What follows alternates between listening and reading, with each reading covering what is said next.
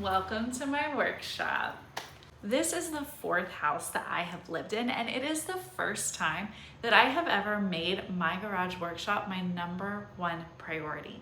In every other home that we've lived in, I've kind of organized around things as I was working on projects, and it always took me at least 2 or 3 years to get things settled before I really felt like I had an organized shop. When we moved into this house though, I decided that my number one priority was going to be getting this space finished and organized before I touched anything else. And it was maybe the smartest decision I have ever made. We've lived here for just over a month and we already have this whole garage organized. I know exactly where everything is and I have so much room to work and function and get started on other projects. The garage is organized and I'm calling it done for now, but that doesn't mean that it's actually done. If you know me, you'll know that every space in my house is always going to be in progress in some way. I was really worried that whenever we moved in, I was gonna have to buy a lot of storage furniture for this workshop because in my old house, I had a whole wall of built-in cabinets that I used and were full. But somehow I still managed to fit everything in here with just the furniture that we brought with us. I didn't really have to buy hardly anything and I'm feeling so good. So let's go on a workshop tour. This is the main door to my workshop and where you come in from the house. Right on the other side of that door is my kitchen. This is where we keep our garage fridge. It stores drinks, it stores frozen meat that we don't use as often, and I love having it right off this door. I used to have to walk across the entire garage to access our garage fridge, and this is so much better. We also have tucked our step ladders right here next to the door to make them really, really easy to access. Right off the door, you've got the crowning jewel of this workshop, which is my big workbench and the pegboard. Let's take a little pegboard tour, shall we? Of course, most of what I put up here is my power tools, and this is a lot of what was in those cabinets at the old house, and this is such a better use of storing these tools. They're so much easier to access, and they actually take up way less room. I've also got all of my hammers, scissors, we've got screwdrivers, we've got levels. I've got a few of these little containers tucked all over the pegboard that make it easy for me to toss things as I'm working if I come across little stuff.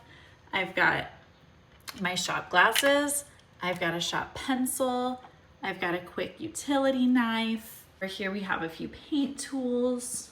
And then over here we also have some of my more frequently used screws along with room to grow because I always love having a little extra room.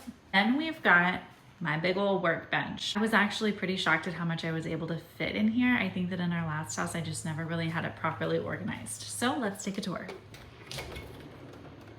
I think the biggest thing I learned is that having some sort of a drawer liner here that helps things not to slide around is the key because you can store so much more whenever it's gonna stay in place while you open and close it. So up in this top drawer, we just have some of our most frequently used tools and a few random things. All really, really easy to see and access. In the next drawer, I have all of my drill and driver bits. Quite the collection, along with, again, some of my more frequently used screws and anchors. Down in the next drawer, we actually have quite a bit of room to grow. This drawer is a bit of a hodgepodge. We have things like some of my hanging tools for hanging things up in the house. We have some plant tools. We have some cable ties. We have just a few random things in here, all very easy to see and access. The next drawer is mostly things that my husband uses that I don't touch as much. Again, all laid out in ways that you can see it really, really easily so we know exactly what we're looking for. And then in our final big drawer, we've got things like clamps, we've got extension cords, we've got an extra little mat for the workbench. And then finally in the cabinet, we have our Dremel and all of the Dremel tools and a few little holders for carrying plywood. So much stuff fits in this little guy. It's kind of astounding. Continuing around the corner, this is the main area that we are still working on. We've got some wood for a project, but this corner is going to be my husband's corner. He requested his own little workbench area. So he's gonna be building a corner workbench here, probably a pegboard on the wall to sort out some of the stuff that he uses that I don't access as much. So this is kind of gonna be a mess for a little while until he gets around to it. And then over at the front of the garage, we've got my miter saw bench. This can be moved, so usually whenever I'm using it, I pull it out to the center of the garage. We've got some sawhorses, and we've got my larger clamps.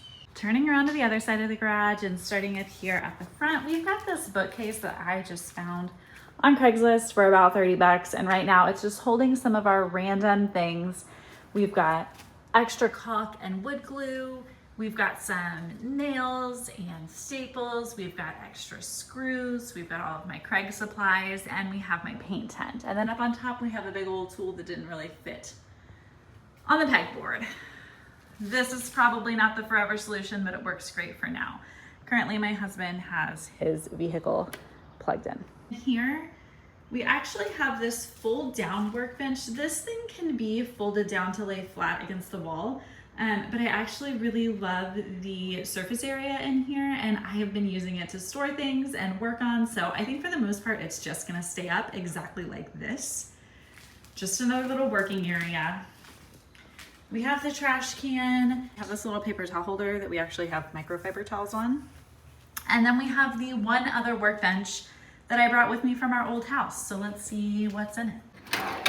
We've got paintbrushes that I'm clearly low on right now, along with some other frequently used painting tools like paint sticks and putty knives and that sort of thing. We have our rollers. Oh, we've got an overstuffed drawer filled with cleaning cloths. And we have sandpaper and sanding blocks. Continuing down, we've got drop cloth pads, glue sticks, some tape, along with some construction adhesive, glues, and other just general. We have all the tape and a little bit of liquid nails and other adhesives. And then in this drawer, we have a lot of my like spackling and texture and patching supplies and all of that sort of thing. I always have a ton on hand, so that all gets kept in one of my bigger drawers.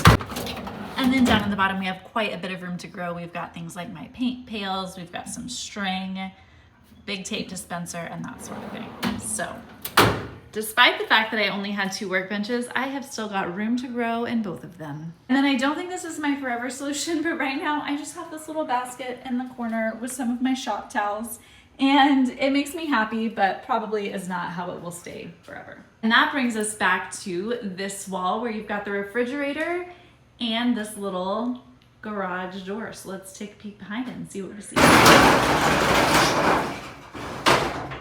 We've got a water heater. Actually, before the addition was added to our house, this whole area right here was where the washer and dryer were. So we've got water hookup here.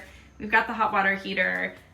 The fridge is plugged in back here, and I just have like a ladder tucked back here and that sort of thing. And then on this side, there was actually a already built-in little workbench that I'm using for storage. So I've got a bunch of paint and some tools down there. And then up here we have my paint sprayers and chemicals and that sort of thing. I'm going to create a little charging station here for all of my tool batteries.